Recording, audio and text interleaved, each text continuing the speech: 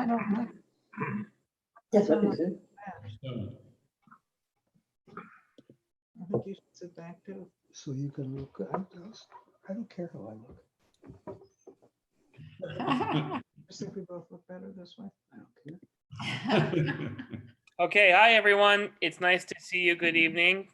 Rabbi Farkas, welcome to Valley Beth Shalom. I'm teaching my weekly Pirke Avot class, and I'm here with some of my students, which is always great. And we would love if you could join us through Facebook or through YouTube. You can do that. If you need the Zoom link, I'm sure someone out there can also post the Zoom link as necessary. It's just really good to see everyone. And nice to have everyone here. I hope everyone's enjoying their, whatever version of enjoying COVID-19 safer at home, and just trying to be together and trying to make our way through this. Tonight's class is a continuation from Pirke Avot, an opportunity for us to learn some of our most ancient wisdom, but also to look at it through a modern lens, which I'm very excited to do and very happy to have everyone here who's joining us. And so for the sake of this class, I'm going to begin my screen share, which will allow us to go through the text. So let me just pull this up. Okay, everyone on the Zoom. We can have that. If you're on the Zoom, I would really appreciate it if you could mute yourself. And if you have a question, you can ask a question. But in the meantime, can you please just mute yourself so that we don't hear other things, especially since we're broadcasting online.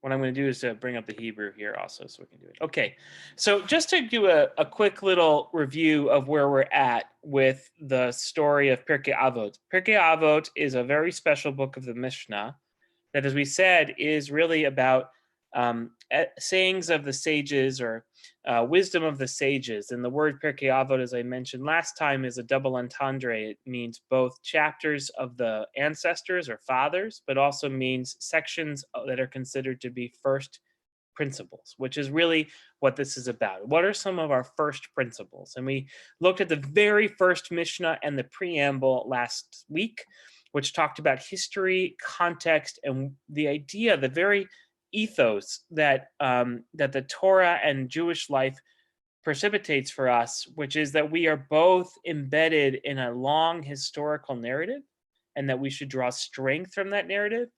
And we have a responsibility to continue that narrative deep into the next generation and generations. If you remember, the first major piece of wisdom that was explicit was that we got Torah from Mount Sinai, and it was passed through a series of leaders given to each of us, and we were given three major responsibilities. The first being to be discerning in how we are as a human being, to not just do things by rote. The second was to raise up students, that is to bring other people into this process, the next generation.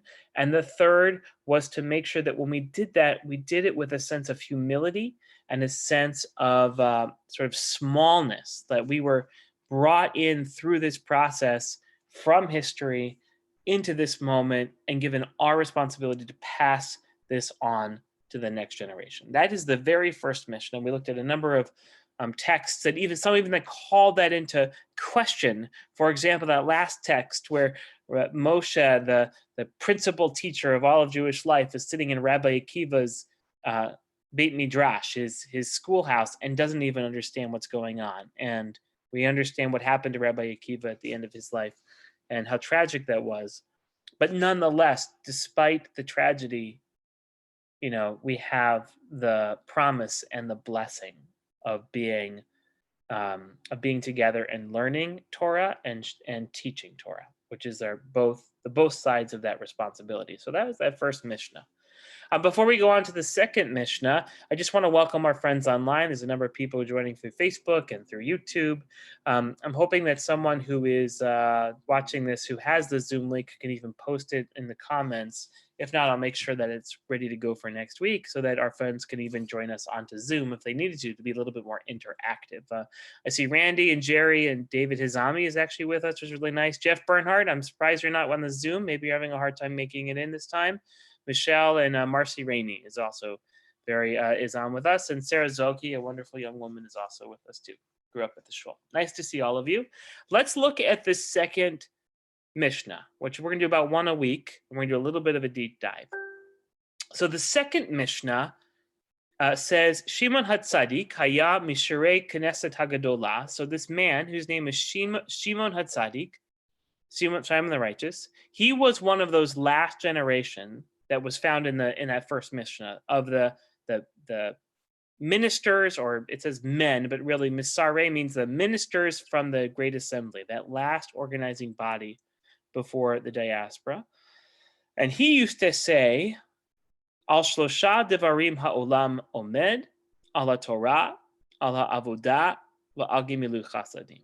Very famous passage. We probably sing it at camp. You hear it all the time. In fact, the mission of Valley Beth Shalom is based on Shimon HaTzadik, who says the world is built on three things: on Torah, which is Torah learning, the idea of Torah itself; on avodah, which is in the time that it was written was considered to be temple worship, that is to say, animal sacrifices and singing of psalms in the temple, and acts of, this says piety, but the word here is chesed, which is what we're going to focus on tonight. This is why the class is called The History of Chesed.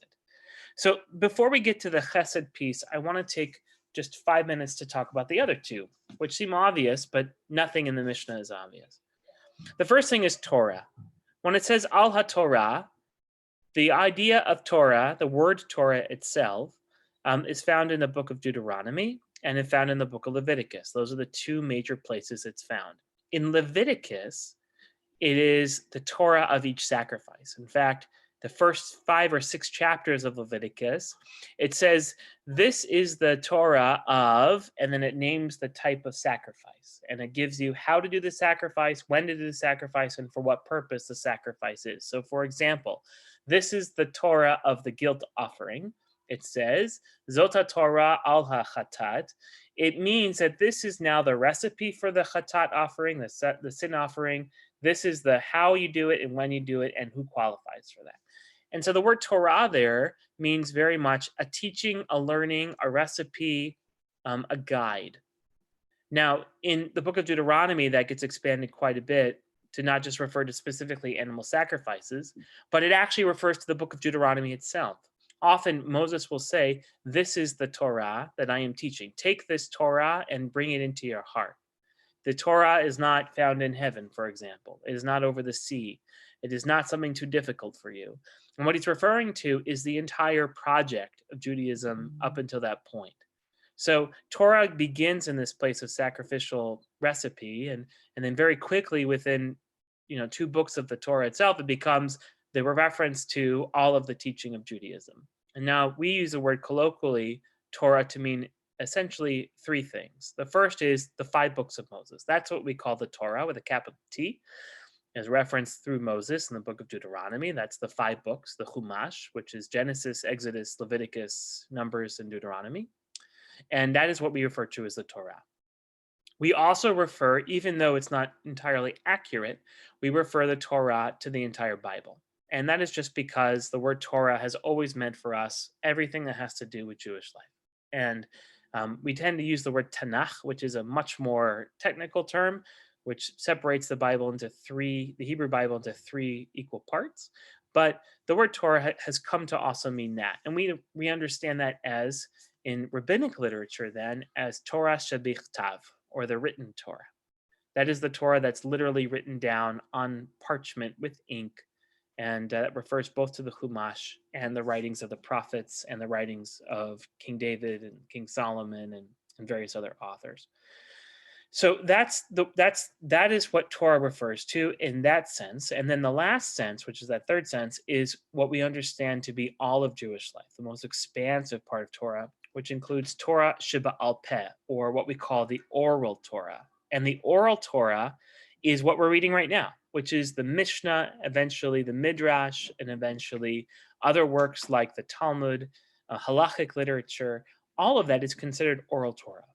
And oral Torah, in the rabbinic mind, was given at the same time as the written Torah all the way back on Mount Sinai. We've always had two Torahs. We've had a Torah that was written and a Torah that is oral. And the truth is that that's true for each and every one of us. All of us have things that we've written down, our guiding wisdom, our bank accounts, our diplomas, our last will and testaments, if you will. But then there's the oral Torah. And that's the part that we don't always write down. That's the wisdom we pass our children, like how to make matzo ball soup, or what do you bring to a Shiva minyan, or how do you shake someone's hand? How do you close a business deal? And how do you show up for each other and be kind to each other? Those ideas, those pieces of wisdom are part of who we are. And the truth is, and what I love about this concept of Torah being a little bit more expansive, is that in our lifetimes, we have our written Torah. And then when we pass on, we have no more words to write. There's nothing left to write because we can't write them anymore. But what we do have and what lives beyond us is our oral Torah. That's the wisdom that we've taught our children. So ultimately, the oral Torah is actually more immortal in some ways than the written Torah. And what we have in front of us now, Mishnah included, especially Pirke Avot, were the rabbis who tried to capture and write down all of the words of their oral Torah because they knew it could have disappeared, and they tried to pass it to the next generation. So when Shimon HaTzadik says the world is built on three things, the first is Torah, which doesn't just mean the 5 books of Moses, but it means the reliance on the wisdom and the history of our people and our families. The Torah that is given by your mom when she tells you how to braid your hair, or the Torah that is given by your dad when he tells you how to shave your beard. That is Torah too. And in the modern context, of most modern contexts, Torah has also come to encompass science. And that's what makes us modern Jews, is that we understand any wisdom that is truthful, gleaned from anywhere, can be Torah. I don't see science and religion as sort of warring over the world and over truth. They're more like dance partners. And so my friend, Neil Wenger, who's a physician and a medical ethicist and is a writing partner of mine, when we grapple with ideas, we grapple with them from the Talmud and from the Mishnah and from the New England Journal of Medicine. And that too, I consider to be Torah. So when Shimon HaTzadik says how you build your world, the world stands, it stands on wisdom, which is what Torah is. The second is Avodah. And Avodah encompasses another bouquet of ideas. It begins again in temple worship. It's considered, that is how we considered what temple worship is that we were in service to God. And the word Avodah can also mean work, physical work. Avod means to work. But Avodah also means slavery, Avadim Hayinu. And so all of that has to do with a power dynamic with God. That's what I think they're trying to get at. And especially after the fall of the temple, that we know Avodah means Avodah Shebelev, the worship or the service of the heart. And again, to me, that is a matter of disposition as well as ritual. It's not just the sacrifices that we gave in the temple that mattered. It's not just the how we did it and what we did it and when we did it, although there are entire sections, as those who study Talmud with me know, of when, how you do each of those particular things. But viewing those things themselves are because you have a disposition towards the world, that the world is greater than each and every one of us, and that we participate in the service of that world, of something so much more grand and greater than who we are.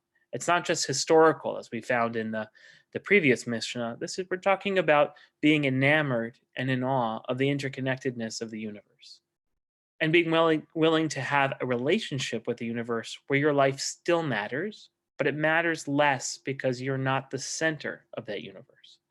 So when you have a really good year, you should do something about that to help those around you. When you have a really deep sense of guilt or sense of shame, You should do something about that by recognizing that there are those who care about you too.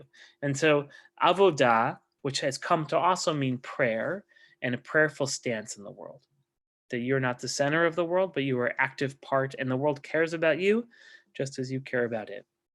So when Shimon HaTzadik says avodah, what he's talking about is a disposition of that is ritualized, that comes to understand that we are both very small and very big.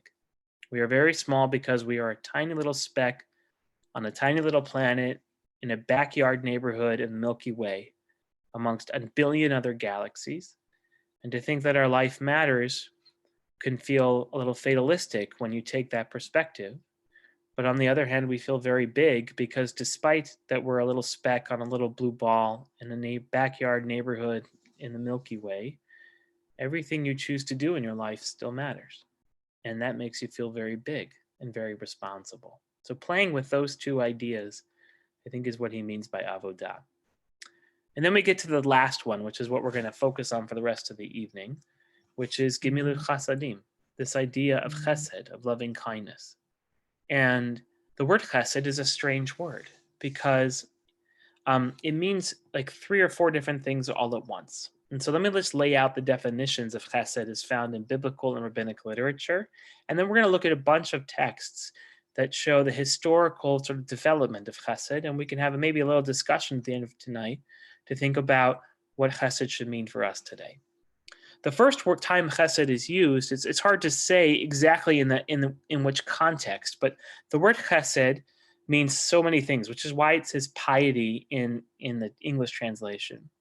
One version of the word of chesed means fidelity to a covenant. Essentially, if you are asked to do something and you do it, and you have fidelity towards that covenant, you are doing an act of chesed.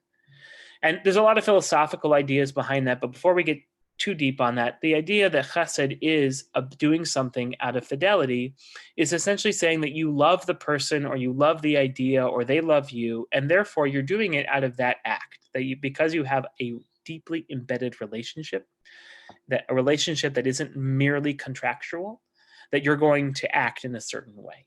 So one of the words of chesed means loyalty or fidelity to a relationship, specifically the word chesed in relation to our covenant in the Torah. That's one of the versions of chesed. A second one is almost completely opposite vision of what it means to act in the world. This one is an idea of doing something you didn't have to do. No one required it of you.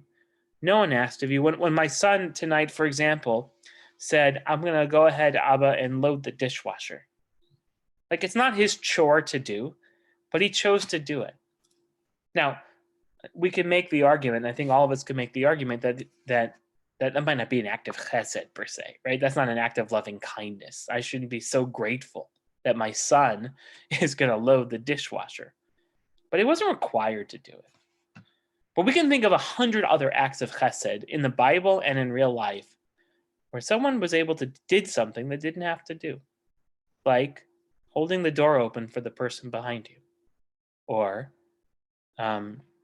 helping someone who's less fortunate than you when they didn't ask for it, or calling your mother, maybe when it's not her birthday or Mother's Day. Now, maybe that's something you should have to do, but maybe your mother would guilt you into it anyway. But the truth is that maybe calling a friend you haven't talked to in a while.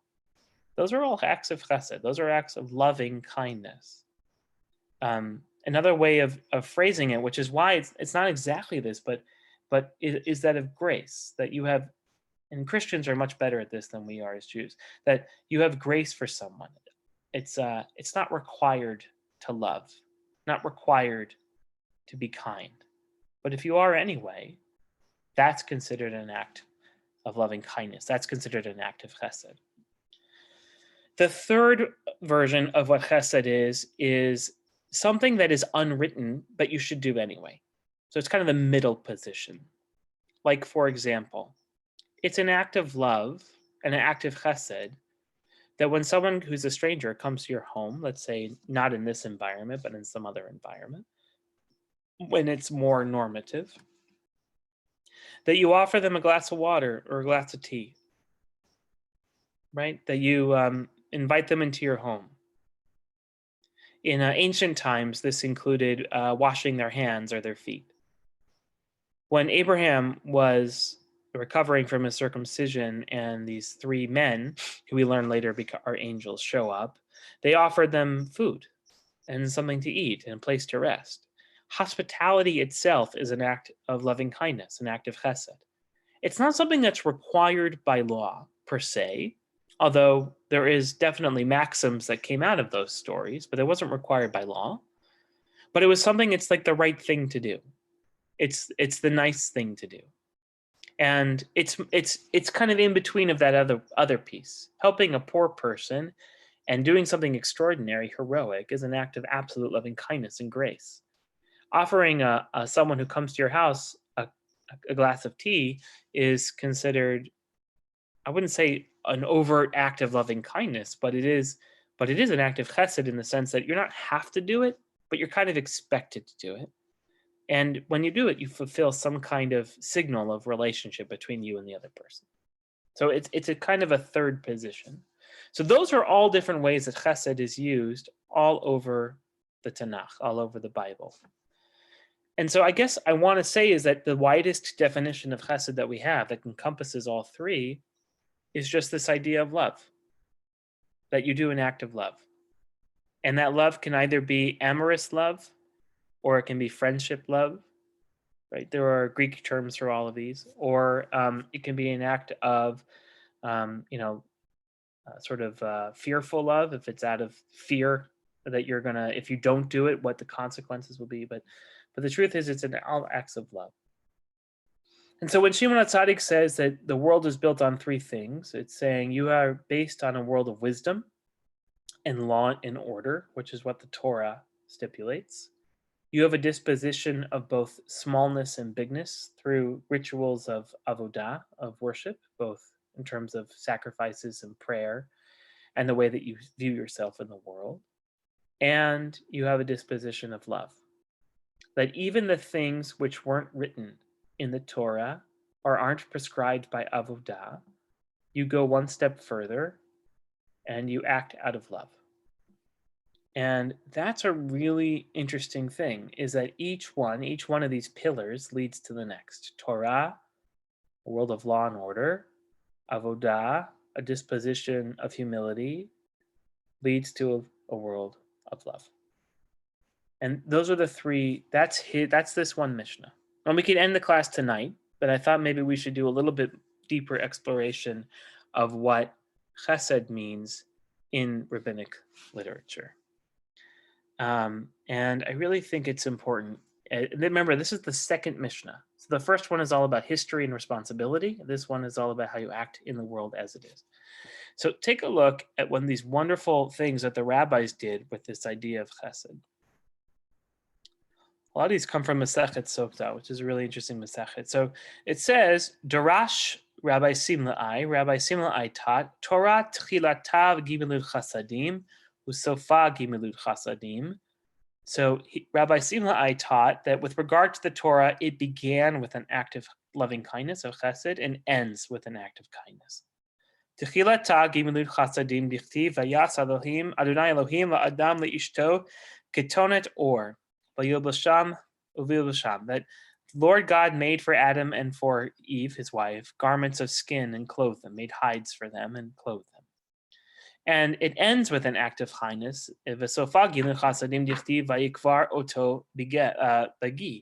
That and he, who's referring to Moses, was buried in the valley. So here, the Torah is actually seen as the first thing that God did for a human being, was an act of chesed. The story of humanity actually begins with an act of chesed and ends in the Torah, in the 5 books of Moses, with an act of chesed. So let's explore each of these very briefly. Everything that happened before the fall, the end of the Garden of Eden, you could say wasn't really history. It was this primordial petri dish of human beings and God. Everything was perfect. There was no death. There was immortal life. Everything was given out to them. And then because of the apple or the fruit and the eating of the tree of knowledge, good and evil, God decided to cast human beings, us, out of the garden. So that actually was the beginning. That was the first day of history. Everything that led up to that moment was just, it was a week. There were a number of days, but they were, it was history, right? History began, human being history began when they left the garden. Adam and Eve had sex. They had children. They created human beings, right? That's what happened.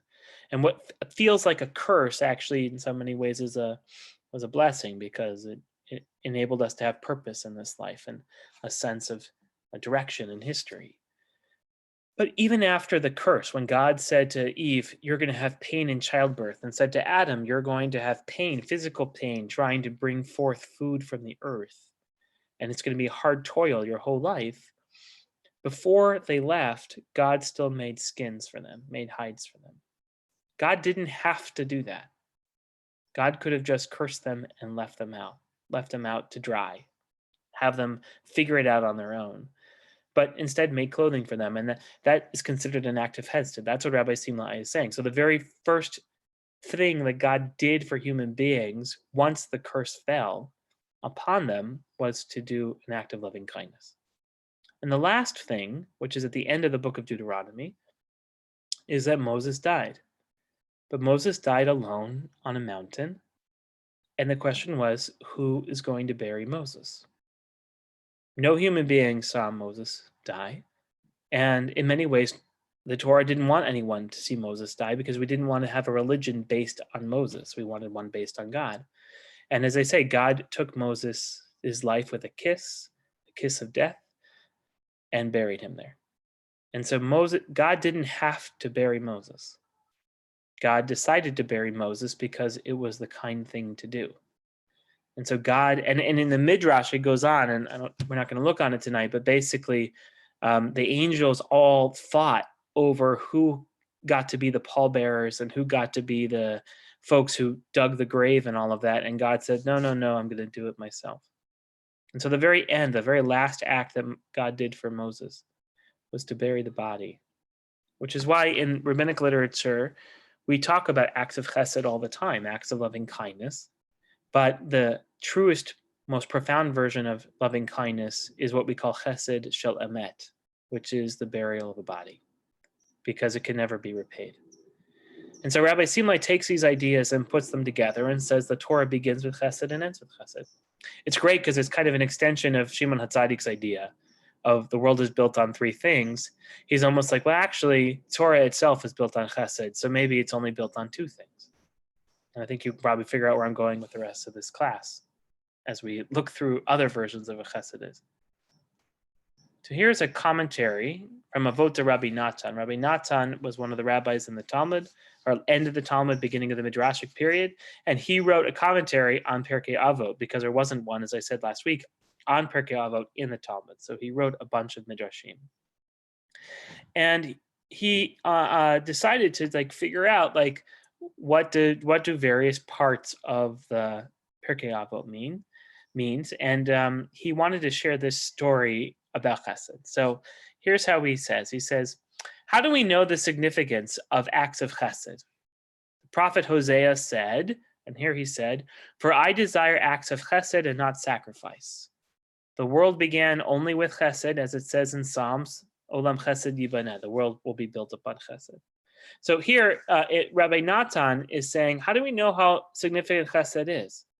Well, Hosea, the prophet, was one of the first in the Bible to talk about the importance of the sacrificial system, but then to call it out and say, what God actually wants is not your sacrifices.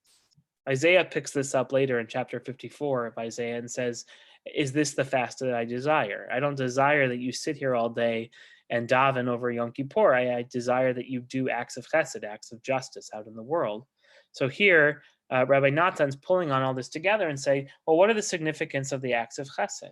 Prophet Hosea said, I desire chesed and not sacrifices. And by the word, I think it says zivachim. Let me just go back and double check. Yeah, I don't want zivachim, but we know that the word for sacrifices, according to Shimon HaTzadik, is avodah, which is the act of formal sacrificial worship.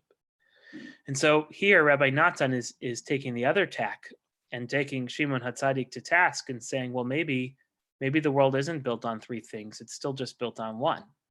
Can And you where? so we can follow you? I'm sorry. Oh yeah, I'm right here. By the way. Oh, sorry. Does everyone see me? I'm right here. Norm, No. is that better? That's not it. No, you're pointing to the title. It's not on our screen. It's not on my screen. My text isn't on your screen. No, just the first two paragraphs that you've covered already. Did you see me when I just did that? Yes, but Did you're you see the pointing. Hebrew? No, there's no Hebrew on my screen. There's no Hebrew on your screen. Right. It's all Hmm. English. All right. Well then, Okay, if you can't do it, we'll listen. can you see it when I highlight it like that? That is See the arrow, but that's all. You can't see the actual text. Oh, see the text in English, We're still on the text of the first two paragraphs of the. right? That is fascinating. Sota. That is Here, let me stop and maybe start it again. 1 second. That is fascinating. Let me try it one more again. Can you see it now? Yes, Yes. That is fascinating. Can you see Avot de Rabbi Natan now? I yes, don't speak Hebrew. yep. Not thank Hebrew though. No Hebrew. you. No, I scrolled down. The Hebrew's Oh, above. okay. Yeah. Okay, yes. No, Yeah. we see No, it. we Now got we it. see it. That is very weird. That's never happened before. It could be a glitch or something. All right. Well, if that happens again, please just pipe up and I'll keep stopping and starting the screen share. Okay. All right. So he says, what are the significance of the acts of chesed? As the prophet Hosea said, for I desire acts of chesed and not sacrifice. And the world began only with chesed, as it says, Olam chesed yibaneh, the world is built on chesed.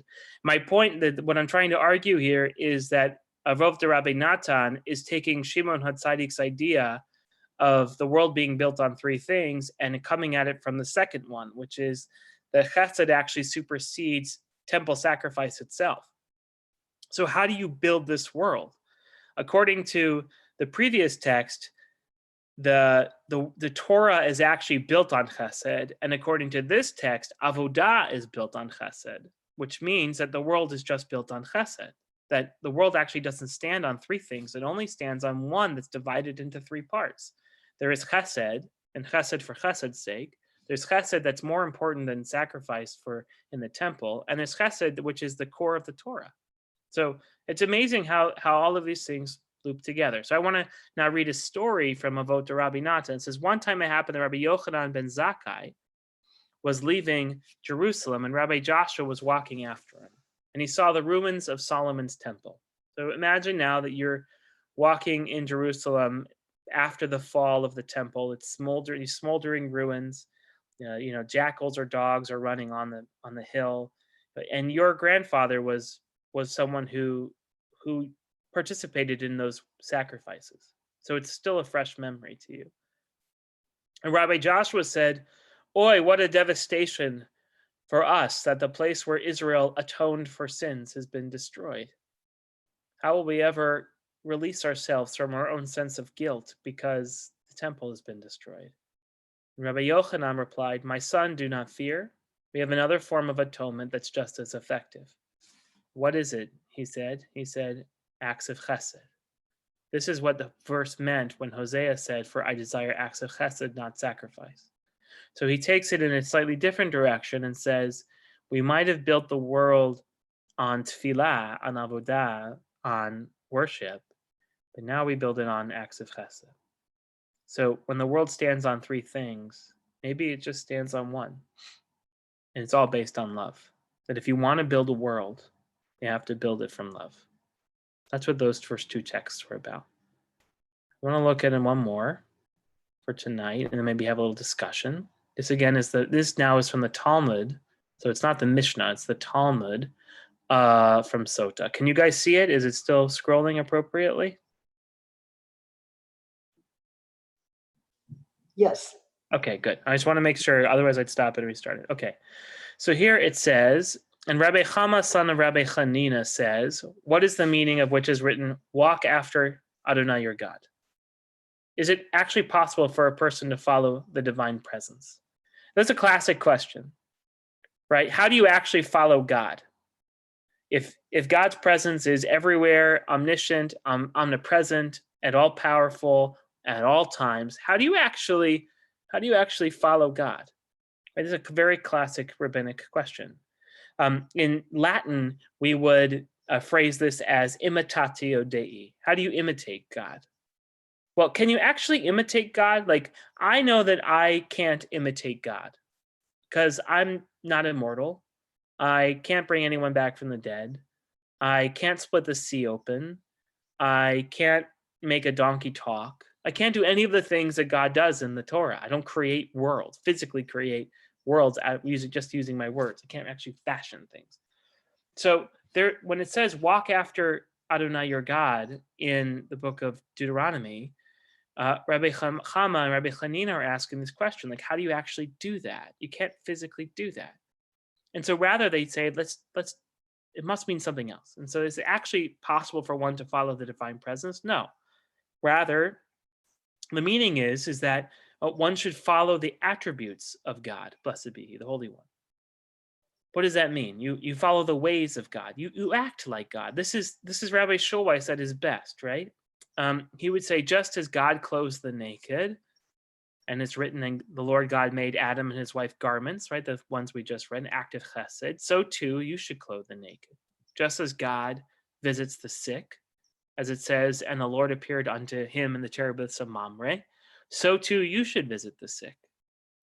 And then it says, just as God consoles those who are mourning, as it says, and it came to pass after the death of Abraham that God blessed Isaac his son. And the word blessing there doesn't just mean blessing with riches or inheritance, means that God came and visited Isaac at a mourning out of his dad.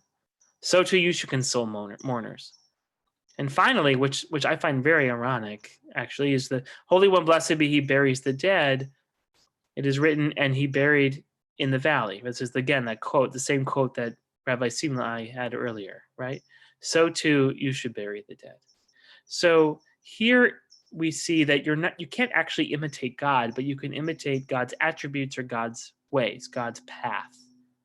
And the 4 examples given, 2 of which we recognize, the first and the last one, that you do an act of loving kindness by sewing garments for someone when it's not required and burying someone's not required.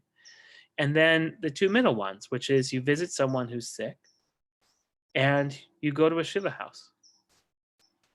So what do all 4 of these have in common? What are the 4 attributes? What's the one attribute that all 4 of these have in common? Essentially, they are things which we are kind of required to do, but you don't really have to do.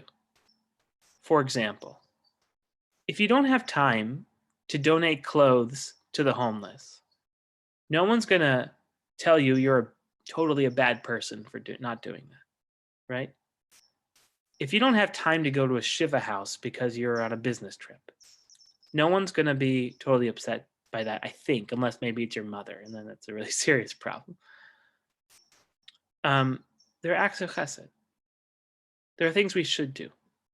When someone in our family or someone in our community or chavara passes away, yeah, you should maybe cancel your poker game that night and go to the Shiva.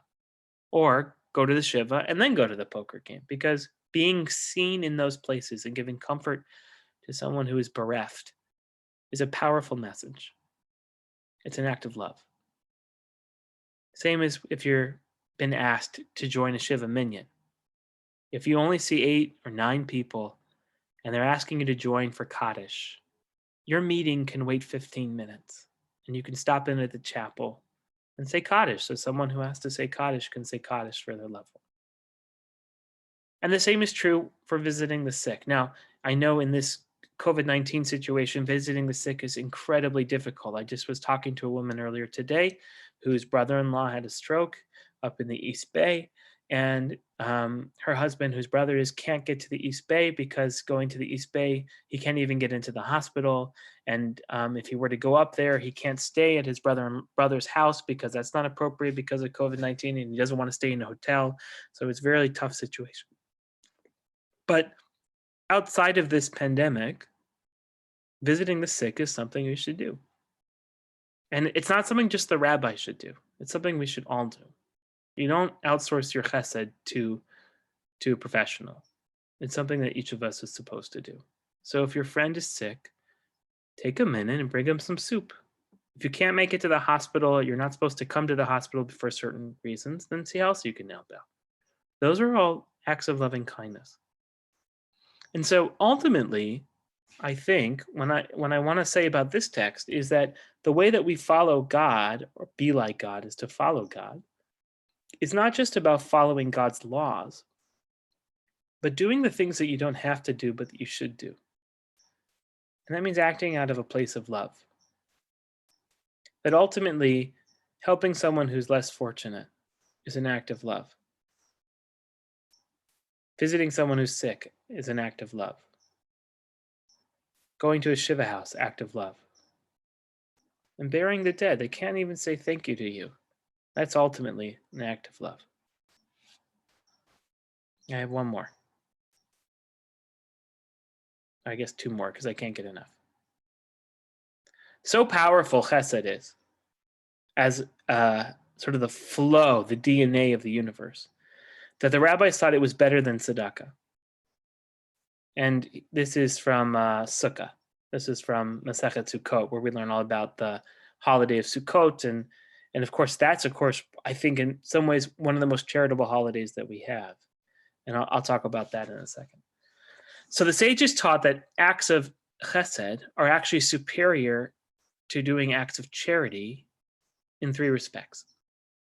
Charity can be performed only with one's money. You can always put money in the pushka in the tzedakah box. While acts of chesed are performed with your body and with money. When it says this person, it also means body. It says begufo, literally your body. So you can give money, but you can't just, writing a check to help a sick person is great, but going and sitting with them is better. Or doing both is probably the best. Acting out of your body means you're putting your personhood, your presence, your sense of love into someone else's presence. You're having an I-thou relationship in that moment.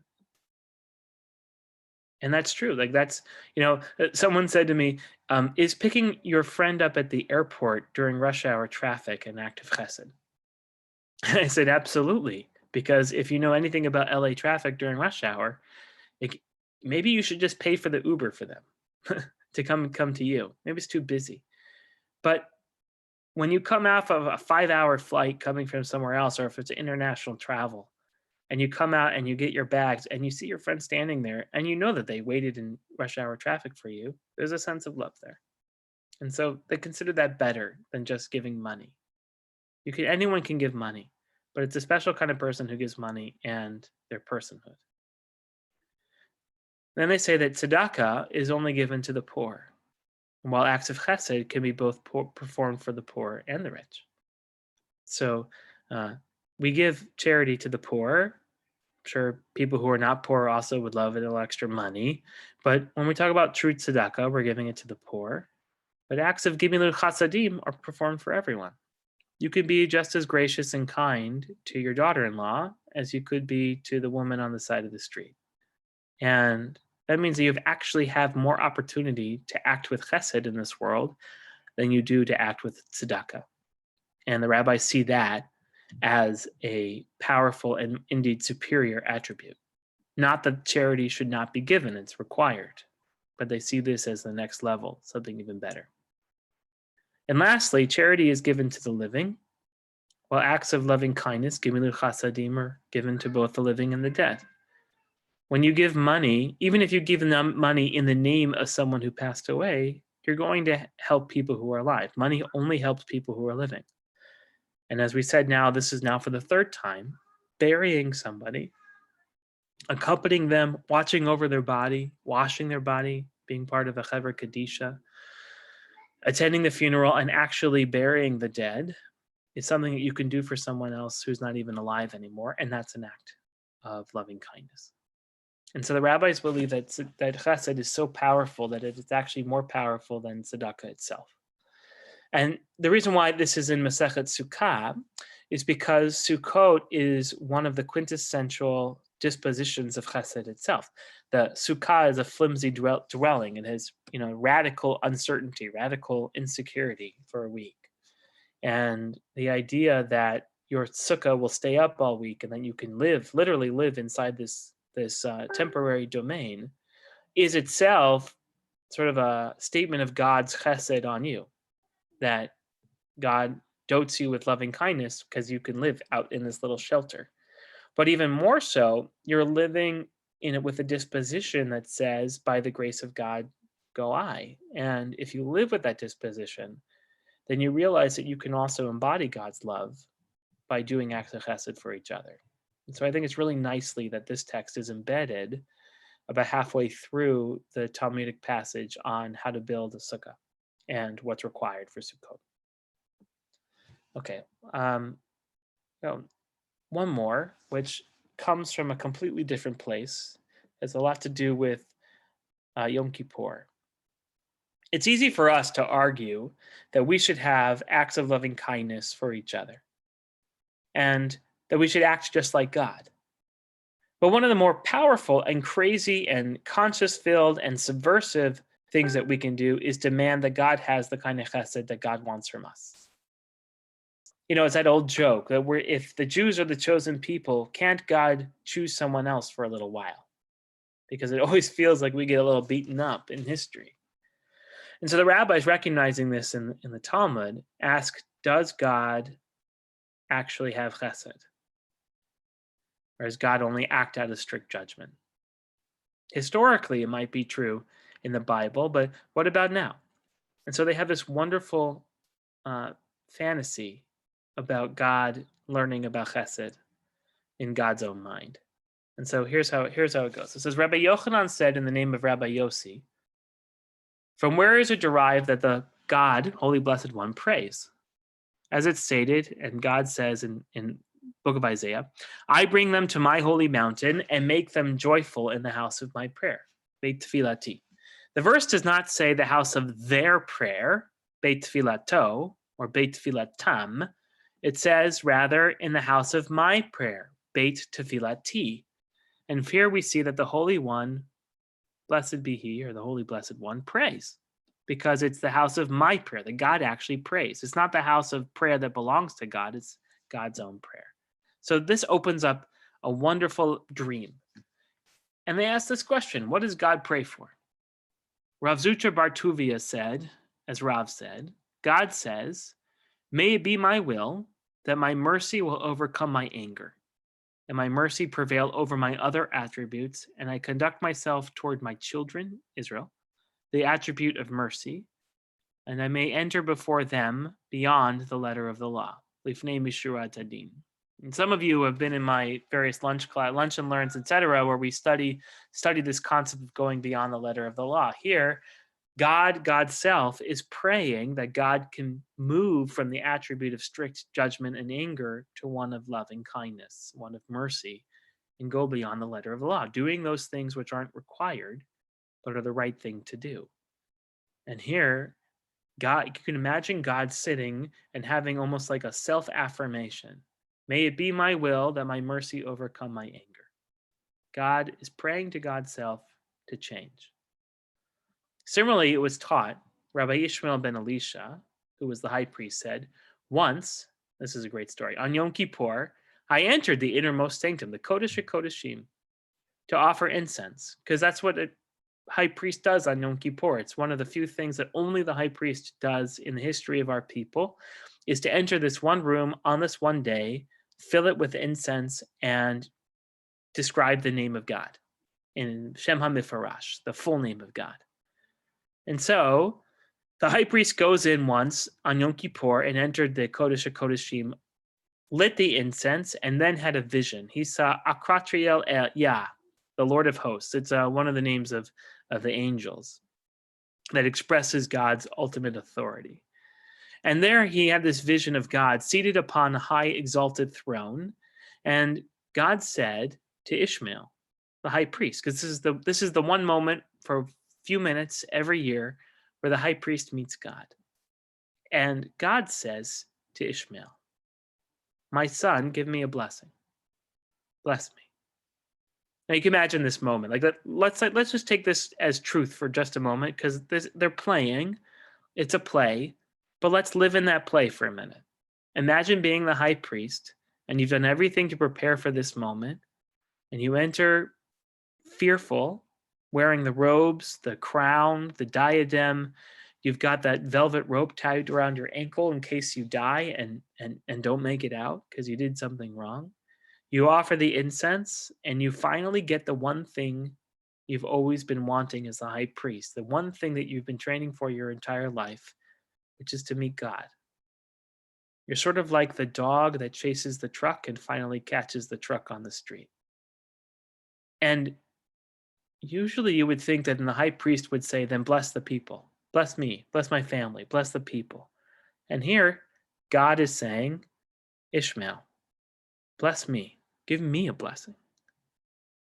Imagine how overcome a high priest would be in that situation. It's missing from the text, but I have to imagine it.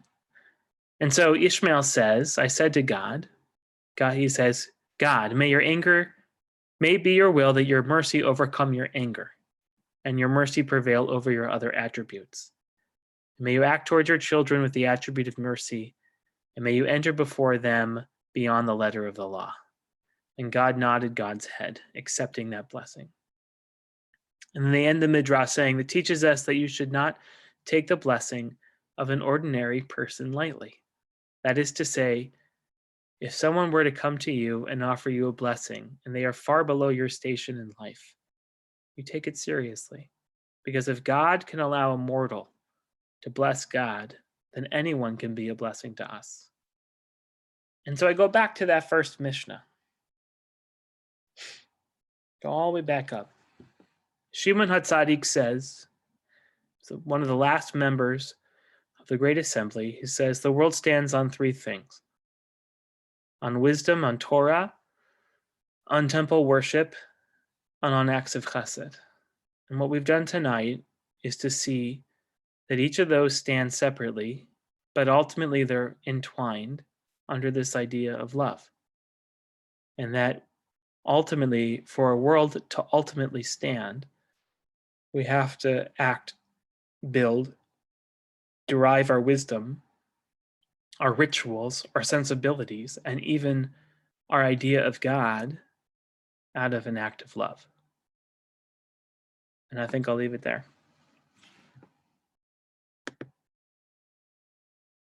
You guys want to take 5 minutes before we end the class tonight for a little discussion? If there's any questions on Facebook, I'm willing to read them out.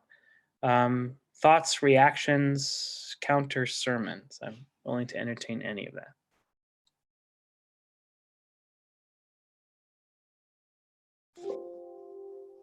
Yes, Elaine. When you were talking about accepting a prayer or an act of chesed from someone, quote, lower than you or different from you, I was just reminded when one of my sons had a very serious illness, and we wondered if he would live through it. And people of all faiths of Michigas came through and said, I'll say a prayer for you. Here is a crystal for you. I have holy water, everything. And I was grateful. We were grateful for every single thing that people said, because it came from such a sincere place in their lives. Yeah, powerful. Yeah, David. When you talked about Rabbi Scholweis, the word that leaps into mind is godliness, which I suppose is the way that he was describing not only the actions illustrating God's attributes, and I guess Moses was permitted to see God's back, and maybe that means God's attributes, but that you can tell that it's being godly because somehow it elevates you. It's almost a selfish thing. Yeah.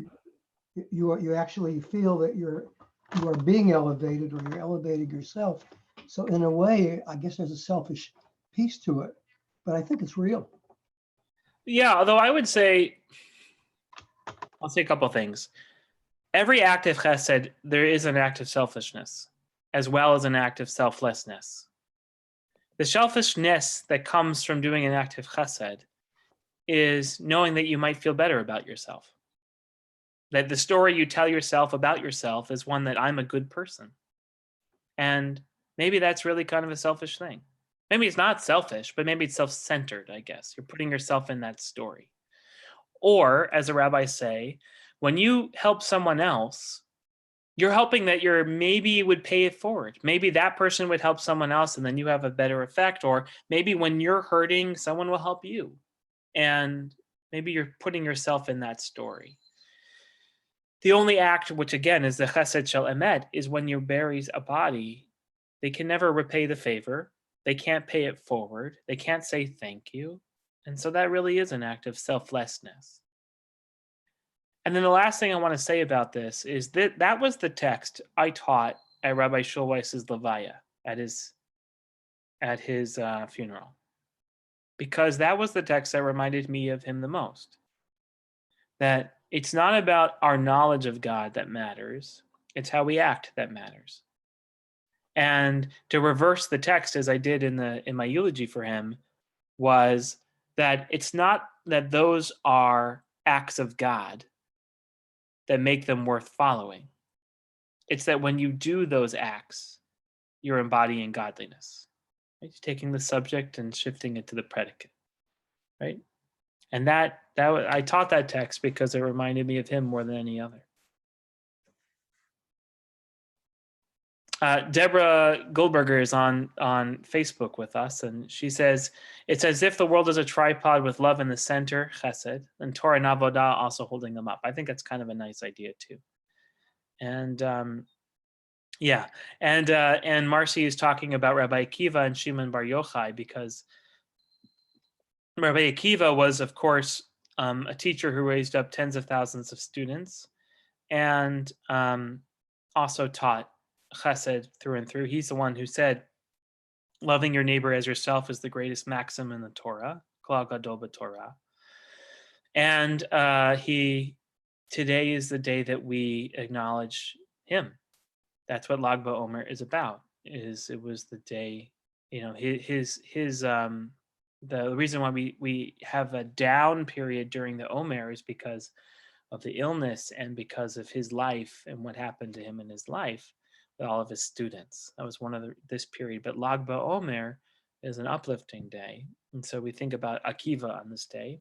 And then Marcy also mentioned Shimon Bar Yochai, because Shimon Bar Yochai is the one who instituted the holiday of Lag BaOmer, which is where the bonfire comes from, believe it or not. And tonight's not a class about Lag BaOmer, but it's the Marcy mentioned it, so I thought I'd lift that up too. Jeff, nice to see that you're with us. Glad you made it. And so I guess I want to say is that in this second Mishnah, we see Shimon HaTzadik lays out a tripartite structure for how the world stands. But if you really look at it, either one leads to the next. Torah leads to Avodah, which leads to Chesed. Or we go the other way around and say, without Chesed, you couldn't have any of the other ones. But the world is built on love. And if we lived in a world as if it was built on love, we would be more loving to each other.